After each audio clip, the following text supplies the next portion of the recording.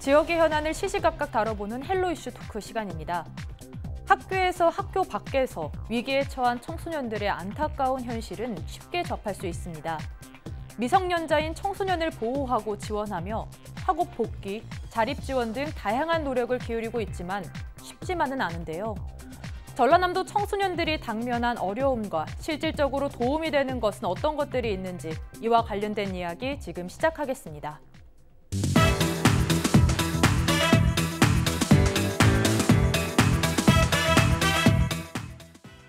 네, 학교, 가정 등 보호받지 못한 청소년들이 많습니다. 네, 두 분 모두 청소년들과 함께 시간을 보내면서 많은 걸 보셨을 텐데요. 청소년 문제 대체 어느 정도입니까? 청소년 문제는 특히 이제 가출, 도벽, 따돌림, 성폭력, 성매매, 또 자살 등 여러 가지 문제가 있습니다. 근데 이제 2017년이죠. 이제 전체 청소년 문제 중에서 청소년 범죄율이 전체 범죄율 중에 3.8%를 차지하고 있어요. 인원수로 보면 한 7만 6천여 명, 전국으로 보면요. 그 중에서 이제 재산에 관련된 절도죄죠. 절도에 대한 부분이 가장 많습니다. 그래서 이제 이 절도 부분이 지속적으로 이제 계속 늘고 있는데 생계형 소년 범죄라고 그럽니다. 그래서 이 청소년 문제는 청소년 개인으로 보면 되는 것이 아니라 가정과 학교와 또 지역사회가 전체적인 문제로 보면 되겠습니다. 네, 청소년 문제는 개인으로 볼 것보다 이제 전체적인 문제로 봐야 된다고 말씀해 주셨는데 그렇다면 청소년 문제 대체 어느 정도 심각한 겁니까? 예, 지금 청소년뿐만 아니라 아동기부터 우리 많은 아동 청소년들이 사회나 가정으로부터 많은 학대, 폭행, 사망에 이르기까지 피해를 당하고 있어요. 제가 따져봤더니 한국형사정책연구원이 발표한 형사정책연구라는 자료에 따르면 거의 2016년에 약 아동 변사체가 341건이 발견이 되는데 그 중에서 학대로 인한 사망이 최소 84명에서 최대 148명에 이른다고 합니다. 그런데 이런 결과 보고치는 우리 매년 중앙아동보호전문기관에서 발표한 수치가 올해가 36명에 그쳤어요. 그러니까 차이가 많이 나죠. 그러니까 아마 이 한국형사정책연구원이 발표한 자료가 맞을 것 같아요. 부검까지 했기 때문에. 그러니까 100명 이상의 아이들이 학대로 사망에 이르고, 다음 지난해 우리 전남교육청에서 전수조사를 했습니다. 15만 명의 학생들 대상으로 학교폭력이 어느 정도인가 했더니 전남교육청 산하에서는 1,500명이 학교폭력에 지난해 시달렸다. 그리고 지금 중도의 학업을 중단한 학생들이 꽤 있어요. 전국적으로 약 620만 명 정도의 학생들이 있는데 그중에 5만 명 정도가 1년에 학업을 중단합니다. 우리 전남에서는 1,400명 정도가 지난해 학업을 중단한 정도 돼 있습니다. 그만큼 지금 아동 청소년들의 문제가 지금 심각한 수준에 이르렀다, 이렇게 보시면 될 것 같습니다. 네, 아동 청소년 문제가 지금 심각한 수준에 이르렀다 말씀해 주셨는데, 그렇다면 이렇게 위기에 처한 청소년들을 위한 사회 안전망 구축이 조금 미흡하다 이런 얘기가 나오고 있는데 어떻게 보십니까? 그렇죠.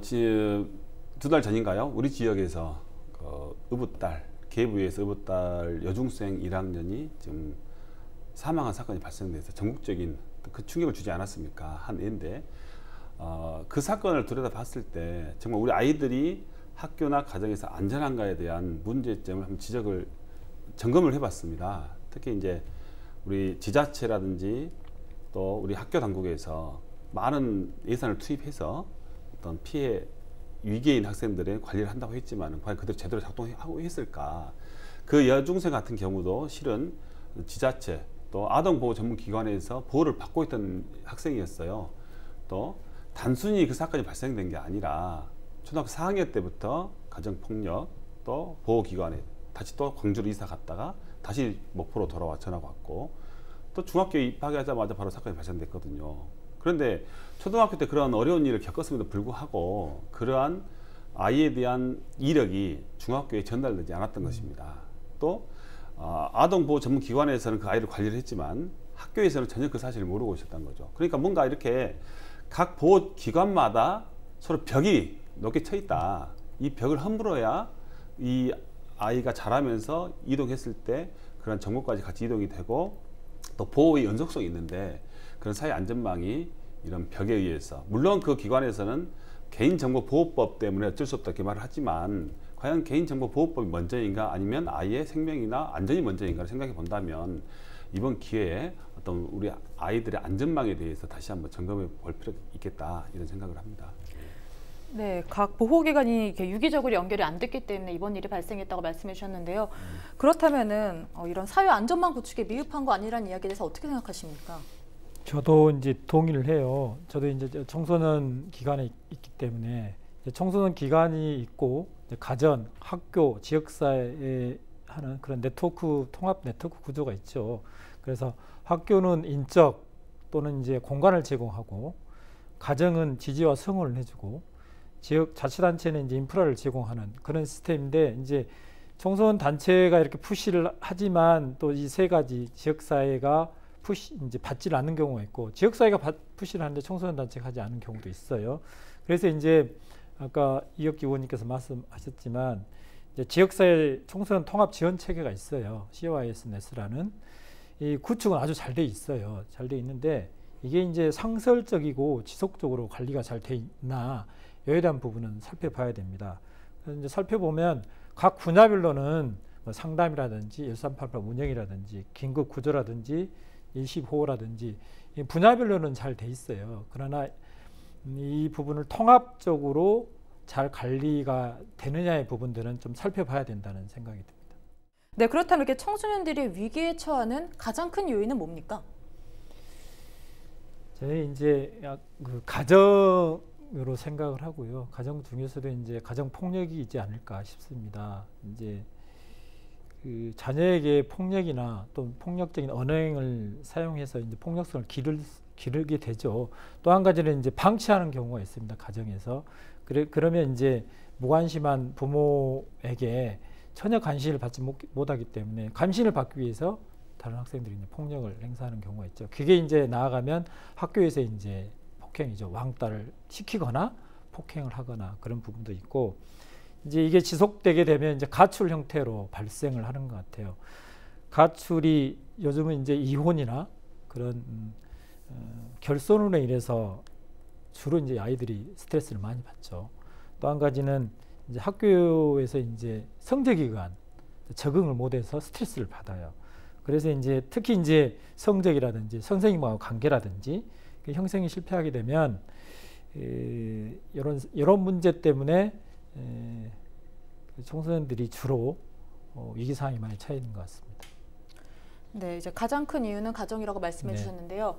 그렇게 보시면 혹시 청소년들이 위기에 처하는 이유는 가장 크게 뭐라고 보십니까? 예, 지금 우리 청소년들이 가장 많이 있는 곳이 일단 가정과 두 번째 학교이지 않습니까? 먼저 가정의 문제를 진단해 보면 그 부모의 사회적 경제적 상황이 그 아이들의 성장 과정에 큰 영향을 미친 것 같습니다. 그 아까 그 형사정책연구원의 논문에서 최대 148명의 아이가 학대로 인해 사망했다라고 추정하고 있지 않습니까? 그 보면 원인을 보면요, 그 가해자가 약 182명 정도 되는데 그 중에서 친모에 의해 살해당한 학생 수가 104명입니다. 그 다음에 친부가 53명. 거의 친부에게 이런 학대를 당하고 있는 거죠. 그 외적으로 이제 계부모에 의해서 11명 정도, 친인척이 6명 이렇게 돼 있습니다. 또 이 가해자의 사회적 경제 특성을 살펴보면 무직이 직업이 없는 상태에서 80명, 두 번째가 비숙련직이 34명, 중숙련직 17명 등 이렇게 부모의 사회적 경제적 위치에 따라서 상황에 따라서 가정 내 아동에 대한 어떤 관심도가 떨어지고 있다 보면 될 것 같고요. 또 학교를 가게 되면 지금 학교 시스템 자체가 방금 원장님도 말씀하셨지만은 거의 입시 위주의 성적 위주의 지나친 경쟁에 몰입되어 있습니다. 특히 이제 중학교, 고등학교 올라갈수록 이제 내신 성적의 상대평가 때문에 옆에 있는 친구가 아니라 나의 최고의 적이자 경쟁 상대가 되는 거죠. 그렇다 보니까 서로 과거에 있었던 그러한 우정이라든지 이런 것들이 많이 사라지고 또 친구들끼리 서로 따돌림하는 현상이 발생되는데 학교 폭력의 가장 주 유형이 지금 언어 폭력입니다. 언어 폭력이 34.6%, 그 다음에 집단 따돌림 왕따죠 16%, 스토킹, 그다음에 신체 폭행, 사이버 폭력 순으로 이렇게 좀 폭력의 유형들이 나오고 있고 또 장소도 또 교실이 가장 많이 발생됩니다. 30% 정도가 교실 안, 복도, 급식실, 매점 이런 곳에서 발생되고 있어서 지금 이제 가정과 학교에서의 어떤 아이들에 대한 그런 정책의 문제점 아니면 경제적, 사회적 이런 상황의 문제점 이런 것들로 인해서 종합적인 그런 청소년들 위기가 닥치지 않았나 생각합니다. 네, 두 분 다 학교나 가정의 문제를 이유로 네. 들어주셨는데요. 그렇다고 해서 학교나 가정으로 또 국한하기는 좀 어렵지 않습니까? 그렇죠. 꼭 이제 또 사회 분위기도 마찬가지입니다. 이 사회 자체가 지금 특히나 이제 인터넷 발달, SNS의 발달로 인해서 우리 학생들이 정말 많이 노출되어 있어요. 특히 이제 TV 프로그램 예를 들면 TV 프로그램 보면 요즘 말초 신경을 자극하는 그런 재현 프로그램, 특히 범죄 재현 프로그램이 굉장히 많습니다. 이런 재현 프로그램을 통해서 범죄를 학습하는 경우도 학생들이 있어요. 그리고 무슨 유흥시설 또 미성년자에게 흡연이나 술을 판매한 이런 어떤 사회적인 어떤 업주들의 문제점도 없지 않아 있지 않습니까? 이런 어떤 학생들이 올바르게 성장할 수 있는 환경을 저해하는 요소들이 우리 사회에 너무나 만연되어 있다. 이것도 우리 학생들이 일탈할 수 있는 또 학생들이 피해가는 그런 사회적인 요인이 아닌가 생각합니다. 네, 청소년들이 올바르게 성장할 수 있는 사회적 요인들이 많이 방해받고 있고 노출되어 있는 건 사실인 것 같습니다. 네. 네, 그렇다면은 이런 위기에 처한 청소년들을 위한 시행 중인 방안들은 좀 있습니까? 물론 이제 방금 원장님도 말씀하셨지만 각 기관에서 이제 청소년 상담 부서는 또 교육부도 있지만 뭐 여가부 또 보건복지부 산하도 있어요. 각 부처에서 다양한 프로그램들을 내놓습니다. 특히 우리 교육당국만 따지면 각 교육청 산하에 다 위센터라는 게 있고요. 또 학교 내에서 상담 선생님이 계시고 또 일부 학교이긴 하지만 교육복지사분들이 또 계시기도 합니다. 또 담임 선생님들이 직접 상담을 하기도 하고요. 또 학교 밖 아이들을 위해서는 뭐 우리 지자체에서 전라남도에서 운영하는 학교 밖 청소년 지원센터가 또 각 시군에 다 있어요. 이런 센터에서 학교 밖에 있는 아이들이 다시 학교로 돌아오거나 아니면 취업 전선에 뛰어들 수 있도록 그 준비 과정에 약간 도움을 주고 또 검정고시를 준비하는 학생들에 대한 도움을 주기도 합니다만 지금까지 각 단체에서 민간기관에서 해왔지만은 이런 청소년 문제는 줄어든 게 아니라 갈수록 이게 증가하고 있는 실태지 않습니까? 그러니까 이게는 뭔가 그동안 해왔던 이러한 학교, 지자체, 민간기관에서 해왔던 어떤 것들이 제대로 작동되지 않고 무슨 문제가 지금 분명히 있는 겁니다. 이런 문제점들을 이제 진단해서 새로운 방향으로 문제점이 있다면 보완하고 나아가야 되지 않을까. 지금 그런 시기가 온 것 같습니다. 네, 그렇다면 청소년들 대상으로 한 지원 프로그램이나 이런 사업들이 중요한 이유는 뭡니까? 청소년들은 아직 미성숙이지 않습니까? 정말로 자라나는 과정입니다. 과정이기 때문에 이 아이들은 어른들이 원하는, 성년들이 원하는 방향으로, 물론 성년들이 원한다고 해서 그게 다 옳은 건 아니지만 그 방향으로 가지 않고 분명히 대부분 학생들 일탈을 하게 돼 있습니다. 가다가 다시 오른쪽으로, 다시 왼쪽으로 갈 수밖에 없는 그런 연령대고 저희들도 다 그걸 경험하지 않았습니까? 근데 이런 아이들을 그대로 가정이나 학교나 사회가 방치한다면 정말 오른쪽으로 가다가 계속 오른쪽으로 갈 수밖에 없지 않습니까? 다시 제대로 갈 수 있도록 그러한 유도할 수 있는 또 프로그램, 또 학생들이 제대로 할 수 있는 어떤 뭐 예산이 필요하다면 그 예산, 또 정책이 필요하면 정책, 또 시설이 필요하다면 시설, 이런 것들을 우리가 해줘서 학생들이 자신들이 정말로 성인이 됐을 때 하고 싶은 것을 찾아내고 그것을 청소년에게 준비할 수 있도록 당연히 우리 사회가, 학교가 해줘야 되지 않겠습니까? 네, 이제 올바른 방향으로 갈 수 있도록 우리 사회와 또 내부에서 할 수 있는 일이라고 말씀해 주셨는데요. 네, 그렇다면 이렇게 실질적으로 청소년들에게 필요한 대책들은 뭐가 있는 겁니까? 일단 이제 아까 그 사업에 대한 중요성에 대해서 먼저 말씀드리고요. 중요한 것은 이제 2018년부터 22년까지 청소년 6차 청소년 기본 계획이 있습니다.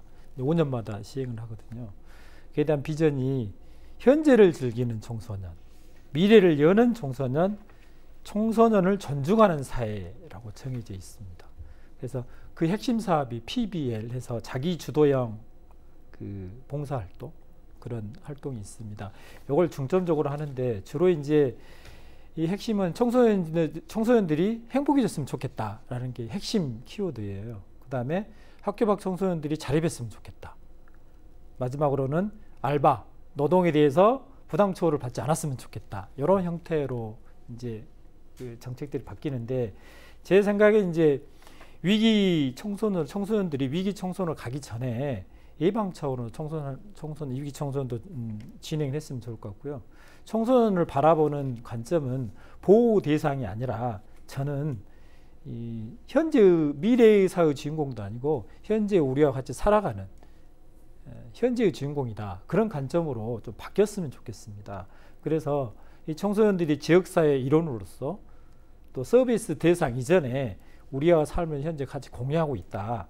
이러한 참여하는 시민으로서 관점을 좀 이 기성세대들이 좀 바꿔서 나아갔으면 좋겠다. 그런 생각을 합니다.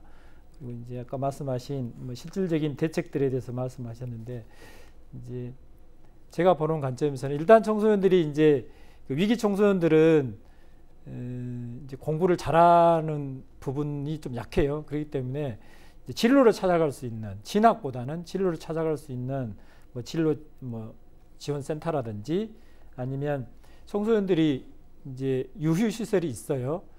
유휴 시설 이용한 카페라든지 이용을 한다든지 아니면 가장 중요한 청소년 참여예산제에 청소년이 직접 참여한다든지 목포시에도 지금 한참 토론을 하고 있지만 아동 청소년 친화도시를 위한 조성을 한다든지 그런 부분이 필요한 것 같고요. 일단 중요한 것은 그 관점의 차이인 것 같아요. 대책이 필요하나 그 관점들을 좀 바뀌면 대책들도 스스로 나오지 않을까 그런 생각도 해봅니다.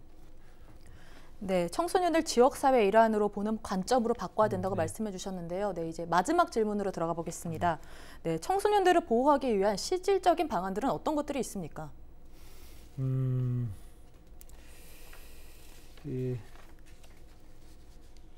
청소년의 이제 그 실질적인 대책은 일단 저는 18세 참정권이 실현됐으면 좋겠습니다. 그래서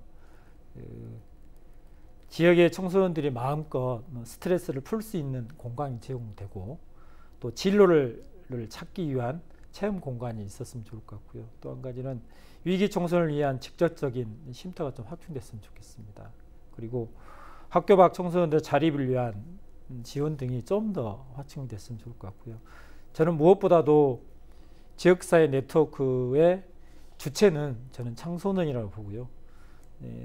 그 사업에서도 청소년의 자율과 참여가 좀 보장되고 또 그걸 통해 지역 주민들이 인정해주고 그랬으면 좋을 것 같고요.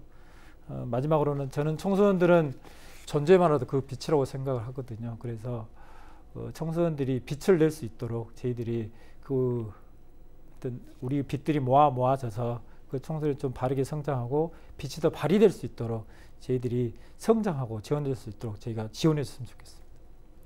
네, 학교 밖 청소년들을 위한 지원이 확대돼야 된다고 말씀해 주셨는데요. 네, 그렇다면 이런 청소년들을 보호하기 위해서 현실적인 방안들은 어떤 것들이 있을까요? 예, 물론 청소년 문제는 뭐 가정, 학교, 우리 사회가 공동으로 책임을 져야 됩니다. 특히 이제 위기 청소년의 경우에는 구체적인 이제 사례를 들어보면 한 학교에 이제 위기 청소년이 소수가 존재할 수 있습니다. 그러면 이 위기 청소년에 대한 관심이 부족하거나 방치해 버리면 일반적인 학생까지 같이 학교 생활하기 힘든 경우가 있어요. 그래서 제가 이번에 시범적으로 해본 그 정책이 온종일 관리 케어 프로그램이라는 그 프로그램을 모 학교에 이제 실시를 하고 있습니다.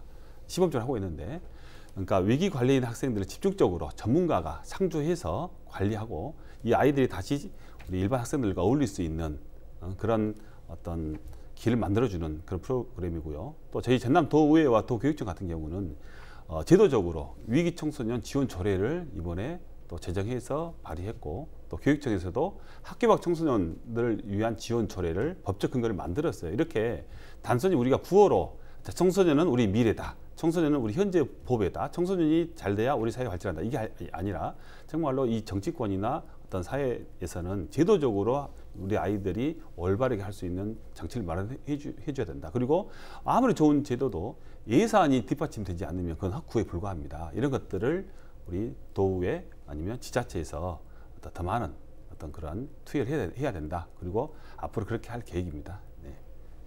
네, 이제 제도적으로 뒷받침될 수 있도록 도의회에서도 많은 노력을 해주신다고 말씀해 주셨습니다. 오늘 이야기 여기까지 나눠보도록 하겠습니다. 두 분 고맙습니다. 전남의 미래를 짊어질 청소년들을 위한 지원은 다양한 방면으로 이루어져야 합니다. 특히나 학교, 가정 등 울타리에서 벗어난 위기의 청소년들을 지켜주고 보호하는 것은 어른들의 의무입니다. 위기의 청소년들이 따뜻한 사회의 품으로 돌아오길 기대하겠습니다. 지금까지 헬로 이슈 토크였습니다.